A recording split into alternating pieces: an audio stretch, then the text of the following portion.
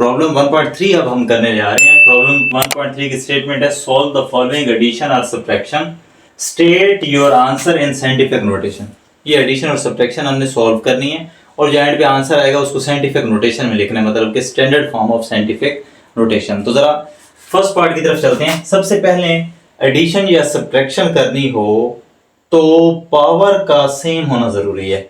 तब तक एडिशन या सब्ट्रैक्शन नहीं हो सकती जब तक पावर सेम नहीं होगी। अब जरा देखें, यहाँ पे 10 की पावर -4, यहाँ पे 10 रेज़ टू पावर -5, तो ये ऐड या सब्ट्रैक्ट नहीं हो सकते जब तक इनकी पावर सेम नहीं होगी। अब आपके पास दो ऑप्शन है, या तो इस पावर को -5 कर दो या फिर इस -5 को -4 कर दो, तब ये क्या हो जाएंगे, आपस में ऐड हो जाएंगे। क्लियर? तो मैं क्या करने लगा हूं, मैं इस पावर को कम करने लगा हूं, -4 करने लगा हूं। जरा देखें, इसको मैं वैसे लिख लेता हूं, 4 cross 10 raise to power -4 kilogram plus, देखें इस 3 के साथ डेसिमल इस साइड पे है। अगर मैं इसको राइट टू लेफ्ट मूव करवाऊं, मतलब कि राइट टू लेफ्ट मूव करवाऊं तो पावर बढ़ेगी, और लेफ्ट टू राइट मूव करवाऊंगा तो पावर क्या होगी, माइनस में आएगी। Right to left power positive, left to right power negative. देखें अब मैं राइट टू लेफ्ट मूव करवा रहा हूं तो मेरी एक पावर क्या होगी, इंक्रीज होगी। ये बनेगा 0.3 क्रॉस 10 रेज़ टू पावर 1 आएगा। अब 1 -5 तो क्या बचेगा, -4 किलोग्राम। Point clear? अब यहां पे देखें 10 raise to power -4, 10 raise to power -4, साथ जो किलोग्राम है किलोग्राम है, ये दोनों चीजें देखें कॉमन है। इसको मैं कॉमन निकाल लेता हूं। जरा देखें मेरे पास क्या बनेगा, ये दोनों चीजें कॉमन जाएंगी तो मेरे पास बचेगा 4 प्लस 0.3। इसको मैं ब्रैकेट में क्लोज कर लेता हूं। 10 की पावर -4 किलोग्राम, ये दोनों वैल्यूज कॉमन आ गए क्योंकि ये इस साइड पे भी है और ये इस साइड पे भी है। इन दोनों को मैंने कॉमन निकाल लिया है, बाकी दोनों वैल्यूज को आपस में ऐड कर दिया है। ये हमारा आंसर क्या बनेगा, 4.3 cross 10 raise to power -4 kilogram. अब यहाँ पे आपको समझ आया होगा कि हमारा आंसर डायरेक्ट ही स्टैंडर्ड फॉर्म में आया है, साइंटिफिक नोटेशन की स्टैंडर्ड फॉर्म में। वो क्यों? जैसे अगर हम इसको -5 कर देते तो एंड पे जाके फिर हमें डेसिमल मूव करवाना पड़ता। क्लियर? आप वो भी कर सकते हैं, गलत नहीं है, लेकिन एंड पे जाके फिर आपने डेसिमल को मूव करवाना होगा। मैंने इसको कम किया, -5 से -4 कर दिए, ठीक है, 1 डिजिट डेसिमल मूव करवा दिया। इसका ये एडवांटेज हुआ है कि हमारा डायरेक्ट ही आंसर आ गया। क्लियर है? ये तो था एडिशन का। अब सब्ट्रैक्शन की तरफ चलते हैं, पार्ट बी। इसमें भी सेम वही रूल लगेगा, एडिशन हो रही हो या सब्ट्रैक्शन हो रही हो, सबसे पहले आपने पावर सेम करनी है। क्लियर? तो पावर जरा देखें, यहाँ पे है -6, यहाँ पे है -5, तो मैं क्या करने लगा हूं, मैं इस पावर को कम करने लगा हूं। जरा देखिए मैं ऐसे करने लगा हूं, मैं लिखने लगा हूं 0.54। देखिए डेसिमल था 5 के बाद, इसको मैं 5 से पहले ले आया हूं तो इसकी पावर 1 क्या हो जाएगी, +1 जब इसमें होगा तो इसका आंसर बनेगा -5 metre, -3.2 cross 10 raise to power -5 metre.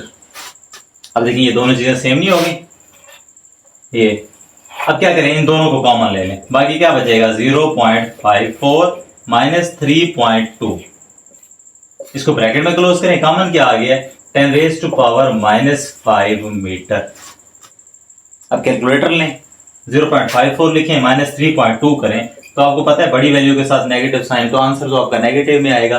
तो जरा कैलकुलेटर यूज करें और मुझे बताएं क्या आंसर आता है, -2.66 cross 10 raise to power -5 metre. अब देखिए यहाँ पे भी हमारा जो आंसर है डायरेक्ट स्टैंडर्ड फॉर्म में आ गया, हमें डेसिमल को एंड पे लेफ्ट या राइट मूव करवाने की जरूरत नहीं पड़ी। क्लियर? मजीद इसमें कोई कंफ्यूजन हो तो आप जरूर बताया करें। जी स्टूडेंट, नेक्स्ट हम सॉल्व करने जा रहे हैं प्रॉब्लम 1.4। इसमें भी क्या है कि सॉल्व द फॉलोइंग मल्टीप्लिकेशन और subtraction, state your answer in scientific notation. इसमें भी आपने मल्टीप्लिकेशन और सब्ट्रैक्शन करनी है और आंसर को साइंटिफिक नोटेशन में लिखना है। क्लियर है? मतलब कि फर्स्ट नॉन जीरो डिजिट के बाद डेसिमल होना चाहिए। तो फर्स्ट की तरफ चलते हैं। अब मल्टीप्लिकेशन में आपने क्या करना है, मल्टीप्लिकेशन में पावर का सेम करने की जरूरत नहीं है। क्लियर? अब करना क्या है, सबसे पहले जो होल नंबर मल्टीप्लाई हो रहे हैं ना 10 की पावर से, उनको आपस में मल्टीप्लाई करना है। क्या, 5 × 3, ये हो गया। और मल्टीप्लिकेशन में 10 की पावर कैसे सॉल्व होती हैं, इनकी जो पावर्स होती हैं वो आपस में ऐड होती हैं। क्या होती हैं? ऐड, मतलब कि अगर एडिशन का साइन है तो ऐड हो जाएंगे, अगर इनमें कोई सब्ट्रैक्शन का साइन तो वो सब्ट्रैक्ट हो जाएगा। जैसे देखें क्या है हमारे पास, ये बनेगा हमारे पास 10 raise to power 4 minus 2, 10 raise to power 4 minus 2। अब यूनिट क्या है देखें, मीटर मीटर आपस में मल्टीप्लाई हो रहे हैं तो ये क्या हो जाएगा, मीटर का स्क्वायर। फिर एक बार फिर देख लें, जो होल नंबर है उनको आपस में मल्टीप्लाई कर दिया, पावर में क्या करना है, ऐड हो रहे तो ऐड कर देना, सब्ट्रैक्ट हो रही हो तो सब्ट्रैक्ट कर देना, और जो यूनिट है उनको वैसे मल्टीप्लाई करके लिख देना है। क्लियर? उसके बाद क्या होगा, 5 3 15 cross 10 raise to power 4 minus 2 2 metre square. अब देखिए इसमें डेसिमल स्टैंडर्ड फॉर्म नहीं है, ये डेसिमल आपको पता है यहाँ पे है, 1 डिजिट मूव करवाएं, ये बनेगा 1.5 cross 10 raise to power, right to left move करवा रहे हैं, पावर इंक्रीज होगी 2 से क्या हो जाएगी 3 मीटर स्क्वायर। जी प्रॉब्लम 1.4 का पार्ट बी करने लगे हैं। सॉल्व द फॉलोइंग मल्टीप्लिकेशन और division, state your answer in scientific notation. इसको डिवीजन को सॉल्व करना है और जो आंसर है उसको साइंटिफिक नोटेशन में चेंज करना है। क्लियर? तो सबसे पहले जो चीज हम यहाँ पे करेंगे ना, डिवीजन को अलग करेंगे, 6/3 अलग, जो पावर है 10 की पावर 8 है, और जो नीचे से पावर ऊपर जाएगी वो हो जाएगी 10 की पावर -4। ऊपर जो यूनिट है वो है किलोग्राम, और जो नीचे से यूनिट ऊपर जाएगा वो हो जाएगा पर क्यूबिक मीटर।